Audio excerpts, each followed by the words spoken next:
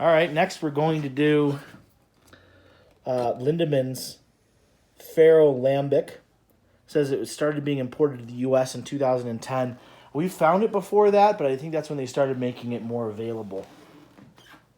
Lindemans is not to be confused with Leafmans, although they are both similar in sound and brewing styles. They both do flavored lambics and oak-aged ales.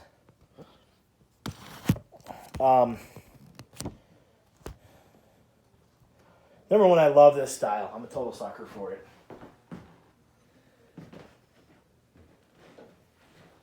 And I've always had really good experiences with this beer. I'm really enjoying that we're doing this episode because this is one of those beers that you're probably seeing in the store. And for $4.50 or $5 for a single 16-ounce beer or 12-ounce beer, you're probably making a pass on it. Well, we're going to tell you whether or not it's worth it. So it's a 4.3 ABV? 4.2. 4.2. IBV 12. Got a beautiful kind of coppery color to it.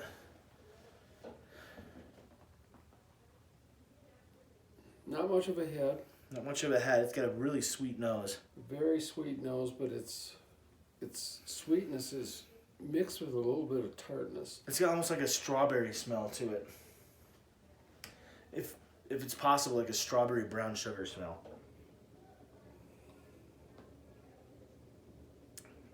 Oh. Yeah, despite how simple this beer is, it is so delicious. I just love it so much. It's very, very sweet, though. We have to say that right up front. It's a very sweet beer. If you're not syrupy sweet, though. Not like grenadine sweet. No, not grenadine sweet, but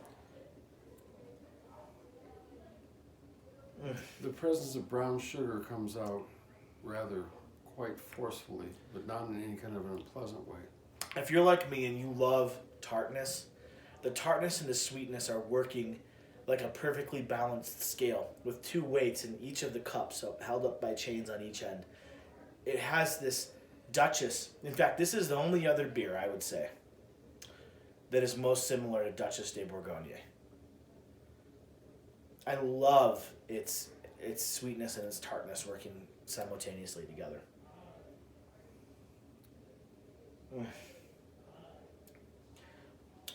You'd almost have to come up with some kind of neologism, like swart.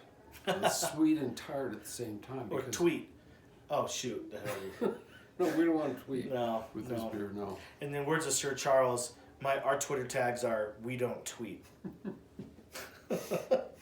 But I do tweet when it comes to this beer. I didn't even experience this during Henrik Straff or Track Warehouse. Maybe a little bit of Garen Guinness. I'm having to restrain myself from quaffing this after pouring a half glass. It's very quaffable, I agree. It makes me want to chug it. Not like a Keystone Light chug. It just has this tart invitingness. It's seductive. It is seductive, and it's very... I'm just overcome by the sweetness. And not unpleasant sweetness, but it's very, very sweet. Well, if it didn't have the tart component to it, working at the middle of your palate, kind of pricking it, making a little like a little indentation in it almost, because your tongue coils with its flavor. If it didn't have that, you'd be dealing with a sickly sweet beer. Yes, you would. Like if you were to make the legendary Pine Brothers cough drops into a beer somehow. Yes, that's a very good analogy. That's what this would be tasting like. Which I love, Pine Brothers cough drops anyway. So. They're amazing.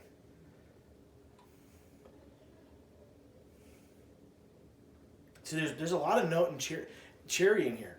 There is very much cherry. But they don't say that they brew with cherry, and they don't say that they ferment with cherry. Nope. Or age with cherry, although it's nonetheless it's there.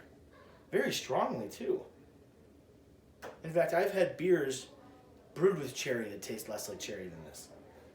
Here's the thing about this beer. This beer is just this side of being cloying. I don't know if you can imagine that would be a good thing, but somehow for this beer it is. It tastes like clover bud to me. There's these little yellow buds that come out of clovers, extremely sweet and simultaneously tart, and it's where the bees get clover honey from. Yes. And that's really a great analogy, Cory. the clover honey is my favorite type of honey. It's delicious because it's got a little bit of tartness and it's got a sweetness to it. This has a clover honey presence to it. I know that I'm more fond of this style than you are, but this for me is like, this is what I want in a beer. I wish this beer was like, $8 a six pack because I'd probably drink it. I'd probably drink it every day. You become an addict, so you wouldn't want to do that. No, maybe like 2 or 3 beers a day.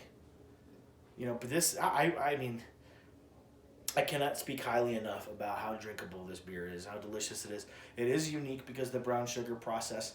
This is a lambic, so you can taste if you've had other Lindemans products, if you've had their pesh, or if you had their black currant, or if you've had their cassis, or if you've had their Creek.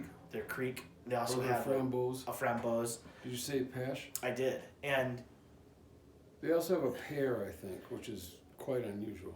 It tastes like this, except those are flavored with syrups, I believe. I'm almost positive they're flavored with syrups. But this is just the brown sugar version, and in this version, you're getting more natural flavor coming out instead of an injection of a syrup of some sort.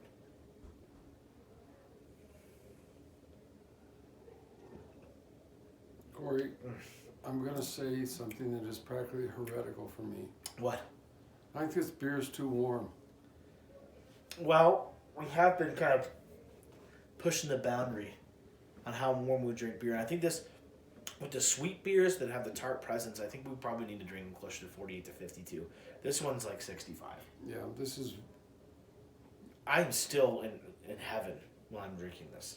I love this beer. I have to say I'm a little bit conflicted. I'm kind of blown away by this beer, but not in an entirely good way. Good way. But I mean, it's not like we call that a lateral wind.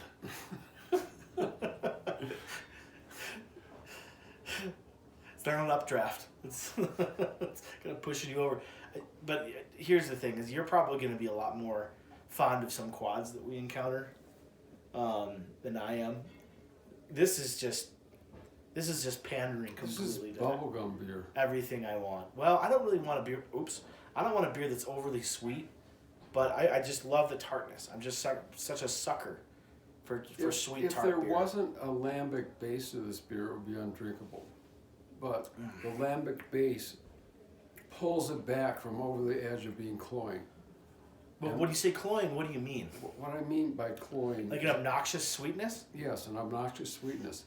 And it almost, especially the nose. This nose is, I would say, over the top.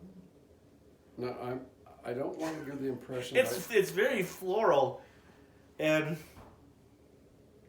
I mean, you get like hibiscus and honey and like prickly pear, and prickly pear is a really sweet fruit. I'll tell you what it's like. It's like smelling a frangipani flower from Hawaii, and it overwhelms you, but it's also extremely enjoyable.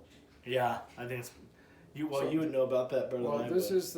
This beer is a plumeria kind of nose, which is a kind of special kind of tree they have in Hawaii, where sometimes it looks like the tree is dead, but then 2 months later, the whole thing will bloom with incredible flowers that are so aromatic that they're almost overwhelming. This sort of like a triumphant announcement, I'm not dead, from the tree. Yes. So it's kind of compensating with the strength of the aroma. And then, boom, it comes out with a huge array of flowers. That's kind of cool. It is cool. And that's what this beer is like. Except it's not playing possum. It's not playing possum. The second you open the bottle up, you know, okay. See your face. I love it. For the record, I've come to love sweet beers. When I first started drinking Belgian beer with my dad in 2002, there are plenty of beers like Caramelite Triple and maybe still to this day that I think are too sweet.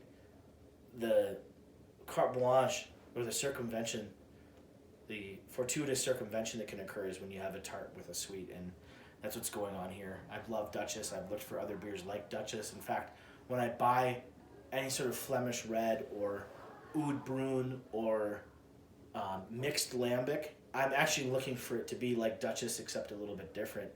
I'm oftentimes disappointed. For those of you who are like me and you think Duchess might be the best beer in the world, this is her close daughter or sister, and it is delicious. I hate to say it, I think this is her bastard daughter, who's actually really, really good. This is a bastard daughter. That's only a male application.